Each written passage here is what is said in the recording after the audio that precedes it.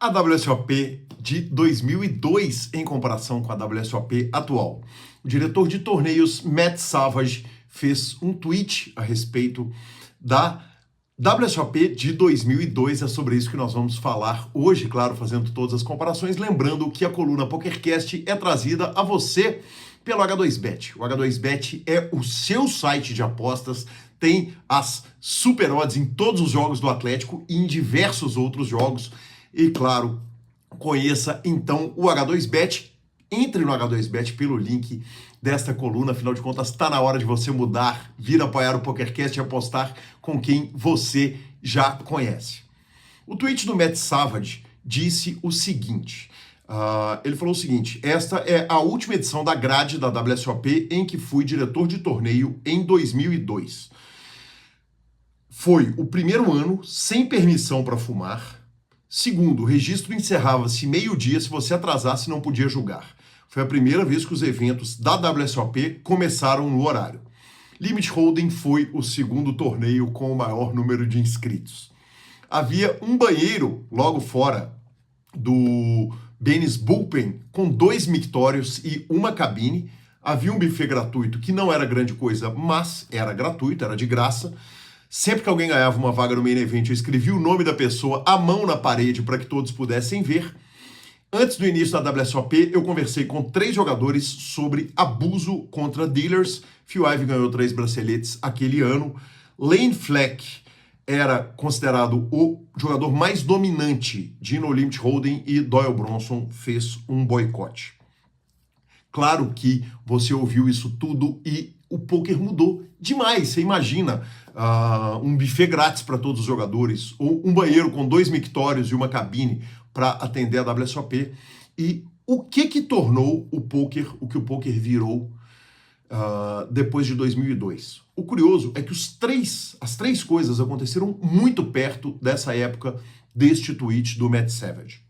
A primeira coisa, todo mundo fala dela, que foi o efeito Moneymaker. Né? O Moneymaker, claro, em 2003 vence a WSOP e aquilo é televisionado. E além daquilo ser televisionado, é o amador ganhando do profissional, é o recreativo ganhando do semi-farha, né? Que é aquele estereótipo do jogador de pôquer, e isso é um dos 3 fatores para a explosão do pôquer. O segundo fator é a criação da Roll Cam, como a gente chama hoje, ou Lipstick Cam. Na verdade, a câmera de batom. O que acontece? A Roll Cam, Lipstick Cam, que na verdade a gente nem usa, porque hoje a gente trabalha com baralhos chipados, foram as câmeras que foram colocadas para filmar as cartas do jogador. Imagine que antes disso os torneios de pôquer eram filmados sem cartas reveladas. E quem suporta ver um torneio sem cartas reveladas? Tem que ser muito grinder de transmissão para conseguir assistir sem cartas. Eventualmente o GC dá algum problema, a gente está ali e às vezes você, amiga espectadora, estão reclamando porque a transmissão não tem carta revelada. E lembre-se, você está assistindo um torneio sem cartas reveladas, mas nós estamos narrando e comentando também um torneio sem cartas reveladas, e isso não é nada fácil.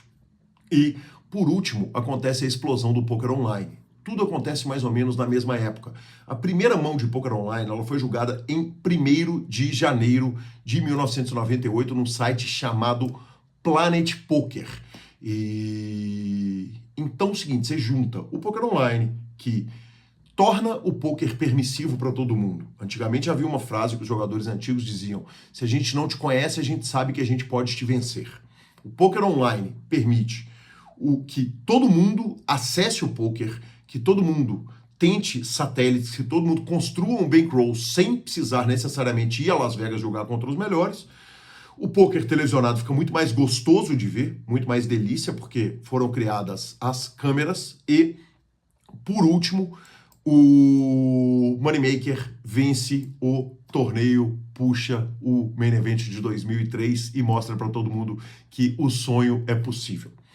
E aí, eu vou aproveitar, encerrar essa coluna, dando uma passadinha sobre as coisas que o Matt Savage falou nessa coluna, na coluna, a respeito daquela WSOP de 2002. Agora nós estamos em 2025, quer dizer, lá se vão 23 anos.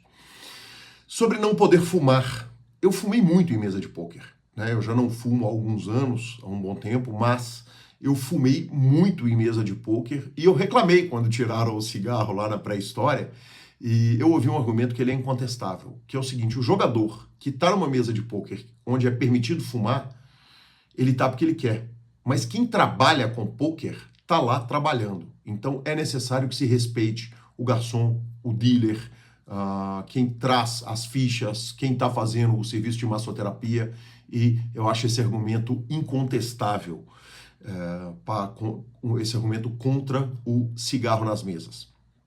A questão do late registration, quer dizer, o torneio acabava a entrada meio-dia e quem não chegasse não entrava, eu lembro demais também da gente ligando para os organizadores de torneio, falando: bota meu stack na mesa que eu tô chegando e tal. E se você colocasse o stack, você não aparecesse, você ia ter que pagar, porque aquele stack teria entrado em jogo. Até acho que o late registration em torneios ao vivo e online, ele deu uma perdida de mão, né? Tem torneio que dá para entrar ali com 10 big blinds em cima lá do final do late registration. Eu acho isso um tanto incômodo, especialmente para quem é jogador recreativo. Mas, enfim, aí a regra vale para todo mundo, joga quem quer.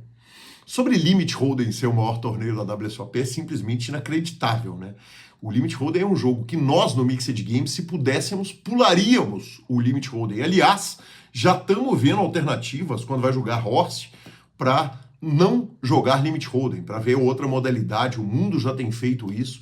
É inacreditável que aquela fosse a grande modalidade.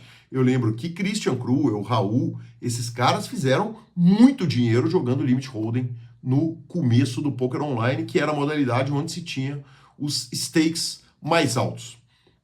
Com relação ao banheiro, esse, vamos e convenhamos, é um problema que até hoje, dependendo do torneio, ainda existe, porque o break é para todo mundo.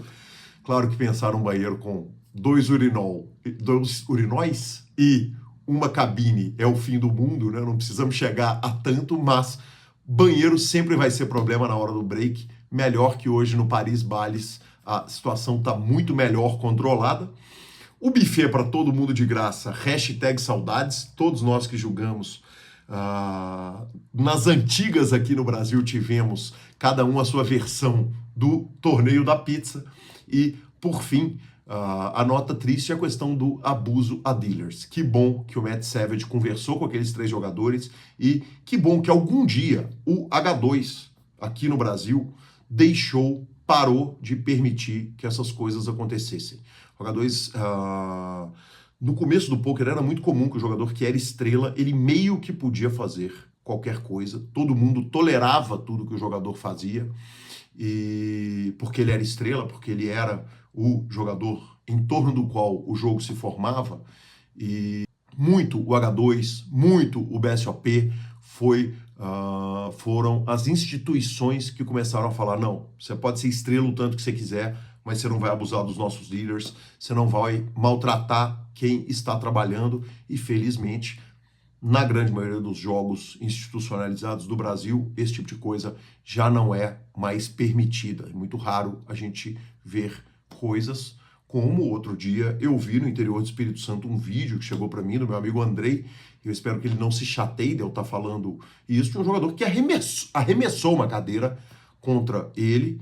E o jogador nem está mais aqui entre nós, não por causa disso, ele veio a falecer depois disso, mas felizmente a gente sabe que isso em raríssimas ocasiões ocorre num clube de pôquer normal, num jogo normal aqui no Brasil. Enfim, aqui eu vou encerrando a coluna PokerCast, convidando a você, amigo espectador, claro, a jogar no H2Bet. O H2Bet é a plataforma de apostas, o site de apostas, onde você aposta com quem você já conhece, com quem ajudou a construir o poker. E, claro, baixando pelo nosso link, você estará nos apoiando. Uma coisa muito importante: o jogo é para maiores de 18 anos e jogue com responsabilidade. Te vejo na próxima coluna PokerCast. Valeu!